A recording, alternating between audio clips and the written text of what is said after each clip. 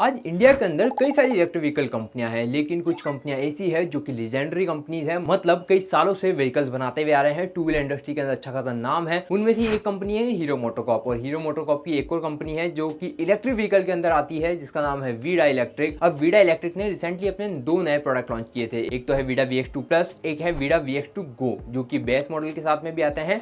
और आप इसको प्रोडक्ट को पूरा कंप्लीटली परचेस करना चाहते हो विद बैटरी, तो वो भी आपका ऑप्शन अवेलेबल है। बट वहीं पर वीडा अपना VX2 के अलावा V2 सीरीज भी पहले ही लॉन्च कर चुका था, जिसके अंदर आपको तीन मॉडल देखने को मिलते थे, V2 plus, V2 light and V2 pro. And अभी इनका जो टोटल पोर्टफोलियो है उसके अंदर VX2 के दो मॉडल आ चुके हैं, V2 सीरीज के तीन मॉडल आ चुके हैं। बट यहाँ पे दो मॉडल, एक तो VX2 प्लस एंड दूसरा V2 प्लस, दोनों सिमिलर कैटेगरी में आ चुके हैं। मतलब लगभग सिमिलर बैटरी पैक के साथ में आते हैं, सिमिलर मोटर पावर है, टॉप स्पीड के अंदर ज्यादा फर्क नहीं है, रेंज लगभग सिमिलर है। तो इन दोनों में से कौन सा लेना चाहिए, क्योंकि दोनों का प्राइस भी लगभग सिमिलर ही है। तो आज हम इसी को कंपैरिजन करने वाले हैं और आपको बताने वाले हैं आपके लिए बेस्ट VX2 प्लस है या फिर V2 प्लस है। तो देखो, सबसे पहले बात कर लेते हैं प्राइसिंग की। अगर इसकी प्राइसिंग की बात की जाए तो अप्रोक्सीमेटली 1,10,000 रुपए के आसपास आपको V2 प्लस के देने होते हैं, और अप्रोक्सीमेटली 1,05,000 रुपए आपको VX2 प्लस के देने होते हैं। डिफरेंस 5-7 हजार रुपए का ही है। हो सकता है अलग अलग सिटी, अलग अलग स्टेट के हिसाब से थोड़ा सा डिफरेंसेस बढ़ जाए।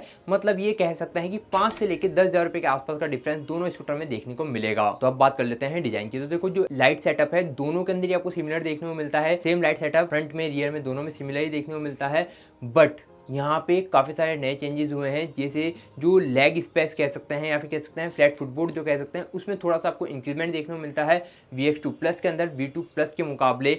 वहीं दूसरी चीज़, जो V2 प्लस के अंदर आपको स्प्लिट सीट देखने को मिलती है, मतलब दो सीट है, बीच में से उठती है, मतलब दो पार्ट के अंदर सीट है। वहीं VX2 के अंदर आपको एक सिंगल सीट का ऑप्शन देखने को मिल जाता है, जो कि थोड़ी सी लेंथ में भी ज़्यादा है। VX2 के अंदर आपको ग्रैब हैंडल देखने को मिलता है, और आप एडिशनल इसके अंदर बैक रेस्ट भी लगवा सकते हो। जबकि V2 प्लस के अंदर आपको कोई भी ग्रैब हैंडल देखने को नहीं मिलता है, और थोड़ा सा स्पोर्टी लुक आता है रियर साइड से V2 प्लस का। VX2 के अंदर आपको मैकेनिकल की मिलेगी, जबकि V2 प्लस के अंदर आपको फॉब की देखने को मिलेगी।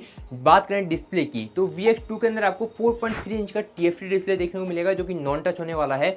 जबकि V2 प्लस के अंदर आपको 7 इंच का टच डिस्प्ले देखने को मिलेगा। वहीं बात करें ब्रेकिंग सिस्टम की, तो दोनों में ही फ्रंट में डिस्क ब्रेक, रियर के अंदर ड्रम ब्रेक देखने को मिलेंगे। दोनों में ही आपको फ्रंट में टेलीस्कोपिक फॉग एंड रियर के अंदर सिंगल सस्पेंशन देखने को मिलेगा। टायर साइज की बात करें तो 90-90 R12 का ही आपको फ्रंट रियर टायर देखने को मिलेगा, एंड एलॉय व्हील के साथ में ही आएगा। दोनों के एलॉय व्हील का डिजाइन भी सिमिलर सा ही देखने को मिलता है। बात करते हैं बूट स्पेस की, तो देखो दोनों के अंदर बूट स्पेस तो अप्रोक्सीमेटली सिमिलर है, क्योंकि VX2 के अंदर आपको 27.8 लीटर का बूट स्पेस देखने को मिलता है, एंड V2 प्लस के अंदर आपको लगभग 26 लीटर का बूट स्पेस देखने को मिलता है। बट यहाँ पे आपको VX2 के अंदर फ्रंट देखने को मिल जाता है, जो कि लगभग 4.8 लीटर का है। बाकी डिजाइन के मामले तो मुझे लगता है दोनों ही अच्छे लगते हैं। अगर रोड प्रेजेंस की बात करें, दोनों की रोड प्रेजेंस काफी अच्छी आती है। और अगर बात की जाए परफॉर्मेंस ओरिएंटेड, तो यहाँ पे परफॉर्मेंस ओरिएंटेड के अंदर ज्यादा आपको चेंजेस नहीं देखने को मिलते हैं, क्योंकि दोनों में सिमिलर मोटर लगी हुई है। 6 किलोवाट की पीक पावर वाली PMSM साइड माउंटेड मोटर लगी हुई है, लेकिन टॉप स्पीड में फर्क आता है। जहां V2 प्लस देता है आपको 85 किलोमीटर पर आवर की टॉप स्पीड, वहीं VX2 प्लस देता है आपको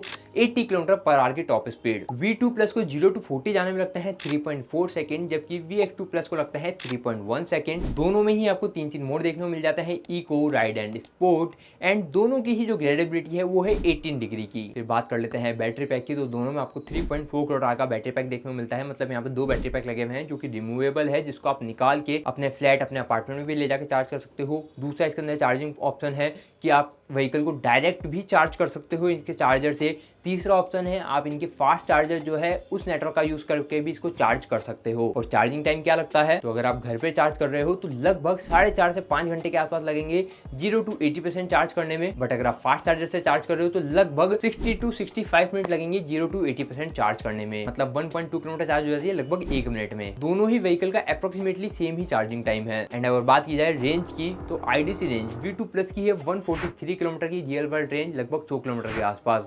एंड VX2 प्लस की जो है IDC रेंज 142 किलोमीटर की है, रियल वर्ल्ड रेंज वही लगभग 100 किलोमीटर के आसपास। बात करें वारंटी की, तो व्हीकल के ऊपर वारंटी मिलती है 5 साल 50,000 किलोमीटर की, बट बैटरी के ऊपर वारंटी मिलती है 3 साल 30,000 किलोमीटर की। अब बैटरी वारंटी को आप एक्सटेंड करवा सकते हो, जिसके 4-4.5 रुपए लगते हैं, और वो भी 5 साल 50,000 किलोमीटर की हो जाती है। एंड अगर फीचर्स की बात करें कि दोनों में आपको क्या क्या फीचर्स देखने को मिलते हैं, तो आपको यहाँ पे क्रूज कंट्रोल जो है VX2 के अंदर नहीं देखने को मिलेगा, ना ही VX2 गो में मिलेगा। मिलेगा, ना ही VX2 प्लस में मिलेगा। जबकि V2 सीरीज के अंदर आपको क्रूज कंट्रोल भी देखने को मिलता है, स्मार्ट फीचर्स भी काफ़ी सारे देखने को मिलते हैं। तो VX2 के अंदर थोड़ी सी लिमिटेशन लगाई गई है फीचर्स को लेके, जबकि V2 प्लस के अंदर सारे स्मार्ट फीचर्स, सारे जो भी फीचर्स आज की डेट में अवेलेबल है एक इलेक्ट्रिक व्हीकल के अंदर, फ्यूचरिस्टिक इलेक्ट्रिक व्हीकल के अंदर, वो सारे वहाँ पे हमारे देखने को मिल जाते हैं। तो यहाँ तक तो हमने सारी बातें कर ली, सारी डिटेल के अंदर आपको बात मैंने समझा दी। बट अब बात आती है कि आपको कौन सा लेना चाहिए, आपके लिए बेस्ट ऑप्शन कौन सा है। अब देखो, पहला पॉइंट आता है मैकेनिकल की और फॉब की वाला। अब मैकेनिकल की जिसको चाहिए वो लोगों को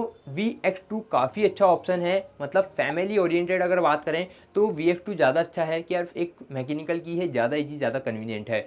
फॉब की कहा जाता है कि यार अगर आप व्हीकल के पास में, व्हीकल तो स्टार्ट हो जाएगा, आप लेके भी निकल जाओगे, बट आपको मिड में याद आए कि यार फॉब की तो घर ही रह गई, तो फिर आप उस व्हीकल को ऑफ नहीं कर सकते। मतलब अगर आपने बंद कर दी तो आप वहां से उसको वापस लेके नहीं आ सकते। तो एक चीज ये थोड़ी सी मुझे लगता है थोड़ी सी प्रॉब्लमेटिक रहती है अगर फॉब की के साथ में, कि यार फॉब की हमेशा जेब में रहे, अदरवाइज कई बार प्रॉब्लम हो जाती है। मेरे साथ भी होता है कि घर से निकल तो जाता हूँ बट मैं व्हीकल को फिर बंद नहीं कर पाता, और पूरा जो भी मेरा काम है व्हीकल स्टार्ट रहेगा तब तक ही मैं कर पाता हूँ, और वापस उस व्हीकल को मेरे को घर ही लाना पड़ता है ऑन कंडीशन में ही। अगर मैंने कहीं बीच में बंद कर दिया तो व्हीकल वहीं पे रुक जाएगा, वहां से वो लेके नहीं आ सकता विदाउट फॉब की के। तो अगर आपको थोड़ी सी कन्वीनियंट चाहिए तो आपको VX2 प्लस पे जाना चाहिए। एंड सेकंड पॉइंट आता है फीचर्स अकॉर्डिंग। तो अगर फीचर्स के अकॉर्डिंग देखा जाए तो V2 प्लस एक ज्यादा अच्छा ऑप्शन है, जहां पे आपको टच डिस्प्ले देखने को मिल जाता है, फ्यूचरिस्टिक के फंक्शंस देखने को मिल जाते हैं, तो वहां पे आप V2 प्लस पे जा सकते हो। बाकी दोनों स्कूटर अपनी अपनी पोजीशन के ऊपर काफी अच्छे हैं। परफॉर्मेंस के हिसाब से नो डाउट दोनों के अंदर ही सिमिलर परफॉर्मेंस देखने को मिलती है, और दोनों ही फैमिली के हिसाब से एक अच्छे स्कूटर है। दोनों में आपको झटके महसूस नहीं होते हैं, जैसा अदर इलेक्ट्रिक स्कूटर के अंदर हमने देखा होगा कि आपको थोड़े झटके महसूस होते हैं। वो वीडा के अंदर ये चीज अच्छी लगी मुझे कि यहाँ पे झटके महसूस नहीं होते हैं। बाकी आपका बजट लो है तो आप VX2 का बेस मॉडल भी ले सकते हो, मतलब